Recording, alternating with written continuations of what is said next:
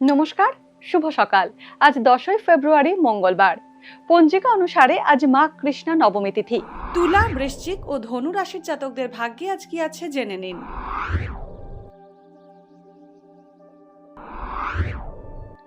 তুলা রাশি, কর্মক্ষেত্রে পদোন্নতি হওয়ার সম্ভাবনা রয়েছে।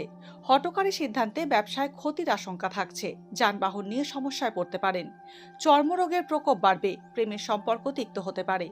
উত্তরাধিকার সূত্রে আচমকা অর্থপ্রাপ্তি হতে পারে। বৃশ্চিক রাশি, অবিবাহিতদের বিয়ের কথা এগোতে পারে। প্রিয় বন্ধুর বিপদ হতে পারে।